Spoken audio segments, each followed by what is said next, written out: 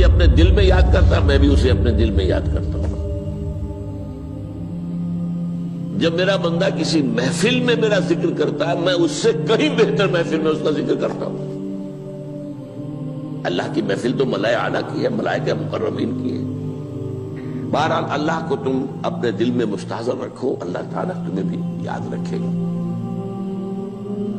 دوبارہ فرمایا احفظ اللہ تجدہ امامک تجاہک، اللہ کو یاد رکھو تو اپنے سامنے موجود پاؤ گے، جب چاہو دعا کرو تو احفظ اللہ تجدہ امامک یا تجاہک، اپنے سامنے موجود پاؤ گے۔ اذا سألت فاسأل اللہ، اب آ گیا وہ مرکزی مضمون۔ دیکھو جب مانگو اللہ سے مانگو، غیر اللہ کے سامنے ہاتھ دراز کرو ہی مت۔ ایک حدیث میں آتا، یعنی حرام نہیں ہے، دنیاوی قواعد اصول قوانین کے تحت کسی سے مدد چاہنا، کوئی سوال کرنا حرام نہیں ہے۔ آپ سوال کریں، مدد لیں، اسی پر دنیا قائم ہے، ایک دوسرے کے ساتھ تعاون کے ساتھ۔ لیکن اونچا مقام کیا ہے؟ کسی سے سوال مت کرو سوائے اللہ، یہاں تک کہ جوتے باندھنے کا تسمہ تمہیں درکار ہے تو بھی کسی سے مت مانگو، اللہ سے مانگو۔ کیا پتہ اللہ کس کے دل میں ڈال دے اور وہ آ کے تمہیں تسمہ پیش کر دے۔ ہوتا ہے ایسا، بسا اوقات ہوتا ہے۔ جو اللہ کے ساتھ لو لگا کر رکھنے والے ہیں ان کے تو ایسے واقعات ہوتے ہیں کہ دل میں ایک بات آئی اور اس کے بعد وہی بات جو ہے وہ کوئی شخص آ گیا اور اس نے وہ بات پوری کر دی۔ کیونکہ لوگوں کے دل جو ہے وہ تو اللہ کے دو انگلیوں کے مابین جو چاہتا پھیر دیتا ہے۔ کیا پتہ اللہ کسی فرشتے کو انسانی شکل میں بھیج دے، آتا ہے فرشتہ، آتا ہے انسانی شکل میں، آتا ہے آپ کی تکلیف کو رفع کر دے، آپ کی ضرورت کو پورا کر دے، اسی سے مانگو، کسی اور سے مانگو۔ یہ ہے توحید کا لب لباب۔ یوں سمجھیے اسلام کی جڑ کیا ہے؟ ایمان۔ اسلام کا جو خارجی نظام عمل ہے، انفرادی اعمال ہو، اجتماعی ہو، ان سب کی روح رواں کیا ہے؟ ایمان۔ ٹھیک، ایک بات ہو گئی۔ ایمان کا خلاصہ لب لباب کیا ہے؟ ایمان باللہ۔ جیسے ایمان بالآخرہ بھی ہے، ایمان بالملائکہ ہے، ایمان بالانبیاء ہے، ایمان بالرسل ہے، ایمان بالکتب ہے، ایمان بالقلب ہے، لیکن اصل ایمان، اسی لیے ایمان مجمل میں آپ کو معلوم ہے کسی اور چیز کا ذکر نہیں۔ آمنت باللہ کما ہوا باسمائہ وصفاتہ وقبلت جمیع احکامہ اقرار باللسان وتصدیق بالقلب۔ یہ ایمان مجمل ہے، اجمالی طور پر ایمان اس کا نام ہے۔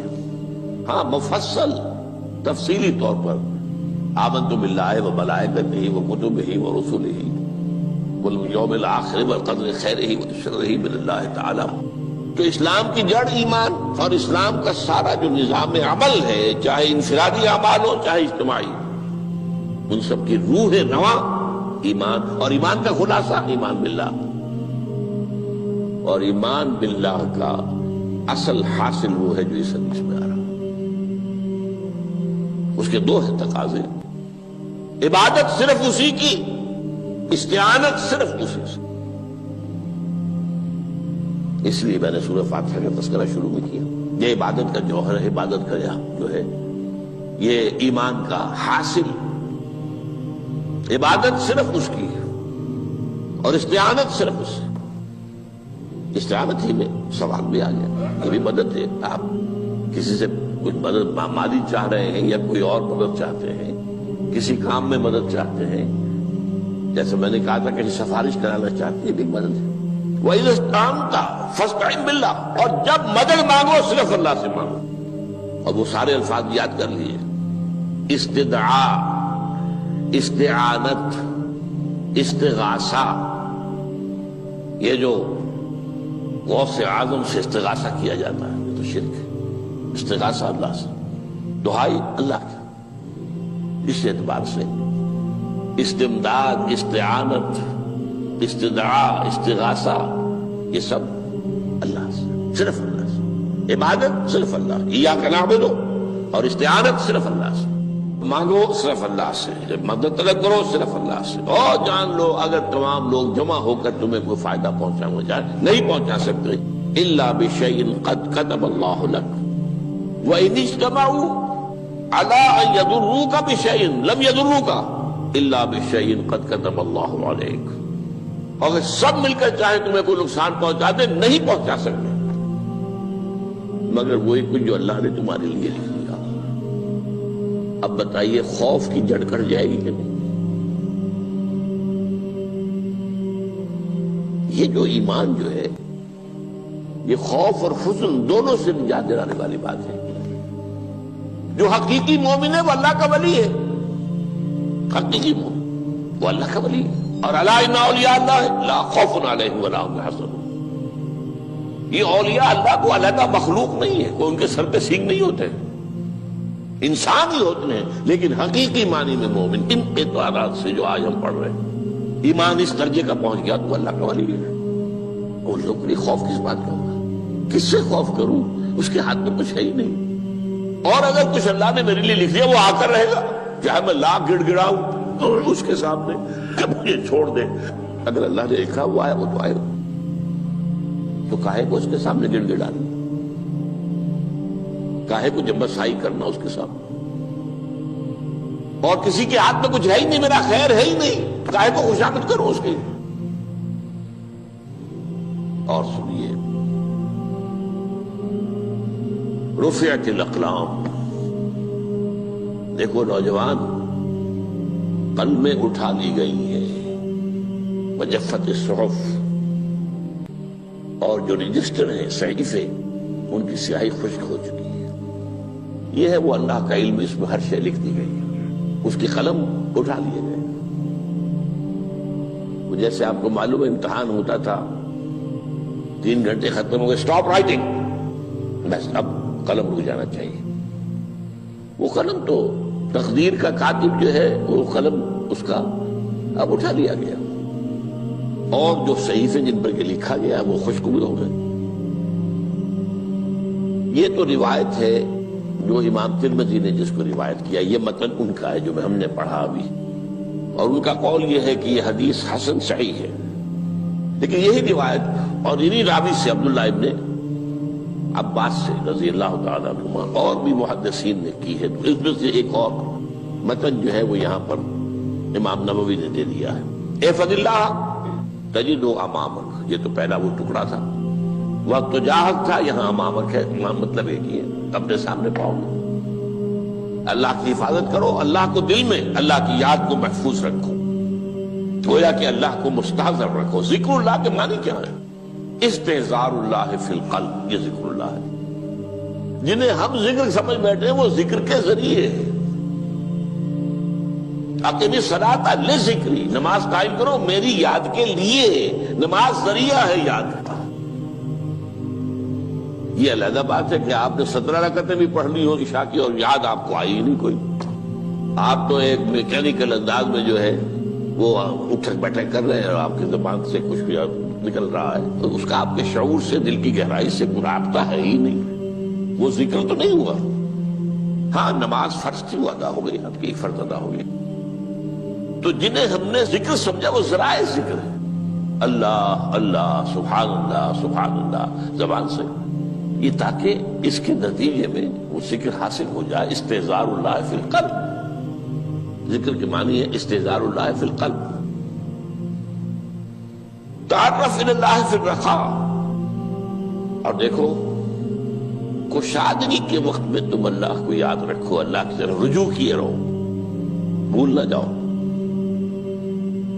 وہ نہ ہو جو کبھی کہا تھا، بہادر شاہ ظفر کے اشعار میں سے بہت زور کا شعر ہے، ظفر آدمی اس کو نہ جانیے چاہے کتنا ہی ہو فارمزکا، جسے عیش میں یاد خدا نہ رہی، جسے تیش میں خوف خدا نہ رہا۔ وہ ہے کشادگی کی حالت میں، جبکہ تمہارے لیے کشادگی ہے، اللہ کی طرف رجوع کیے رکھو۔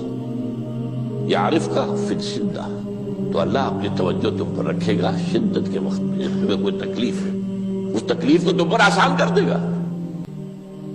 تکلیف تو آنی ہے، جو لکھی ہوئی ہے وہ تو آئے گی، لیکن یہ کہ اللہ تعالیٰ اس کی شدت کو، ایک ہی چیز ہے جس کو ایک انسان بہت شدت کے ساتھ محسوس کر رہا ہے، دوسرا آدمی اتنا نہیں محسوس کر رہا ہے، احساس کا معاملہ ہوگا نا۔ وہ تو اصل میں اگر انسان کی نرز کٹی ہوئی ہے تو احساس ہوگا ہی نہیں، سر سے نہیں ہوگا۔ تو اس اعتبار سے اللہ تعالیٰ تمہارے لیے وہ شدت کی کمی کر دے گا۔ وَاعْلَمْ أَنَّمَا أَخْطَأَكَ لَمْ يَكُنْ لِيُصِيبَكَ، اور جان لو جو چیز تم سے چھوٹ گئی ہے، رہ گئی ہے، وہ ہرگز تمہیں ملنے والی نہیں تھی۔